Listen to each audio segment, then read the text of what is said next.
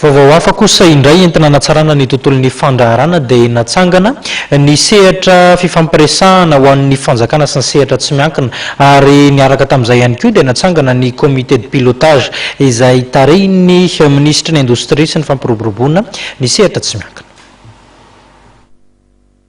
Notapahany filakevitry ny minisitra tamin'ny herinandro teo ny didim-panjakana mamaritra ny fananganana ny sehatra fifampiresahana ho an'ny fanjakana sy ny sehatra tsy miankina na ny plateforme de dialogue public privé.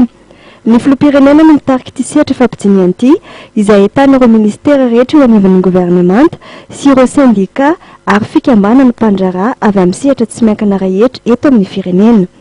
Indroa isan-taona no manatanteraka fivoriana ity sehatra fampidiniana ity. Napetraka niaraka amin'ity sehatra fampidiniana ity ihany koa ny comité de pilotage izay tarihin'ny ministre ny indostria sy ny fampiroboroboana ny sehatra tsy miankina. Androany no nanatanteraka fivoriana voalohany ity comité de pilotage ity. L'ordre du jour de cette première réunion, le comité de pilotage de plateforme de dialogue public-privé. Premier ordre du jour, le premier point concerne la présentation du décret portant la création de la plateforme de dialogue public-privé qui comprend le présent comité de pilotage qui lui-même dispose d'un secrétariat technique. Une présentation détaillée vous sera faite tout à l'heure. Deuxième point d'ordre du jour concerne le programme des activités du comité de pilotage de la plateforme pour les 3 mois à venir. Je crois que c'est la partie la plus importante pour lui permettre de jouer le rôle qui lui est assigné en tant qu'organe de concentration entre l'État et le secteur privé.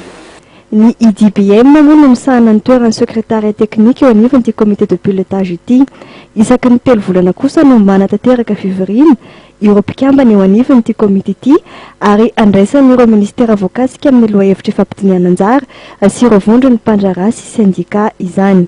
Namafisy ny ministre ny indostria sy ny fampiroboroboana ny sehatra tsy miankina Andriamatoa Narson Rafidimanana fa amin'ny alalan'ny fametrahana ity sehatra fifampidiniana ity dia maneho fahavononana fitondram-panjakana hitady vahaolana maharitra entina hanatsarana ny tontolon'ny fandraharana eto amin'ny firenena.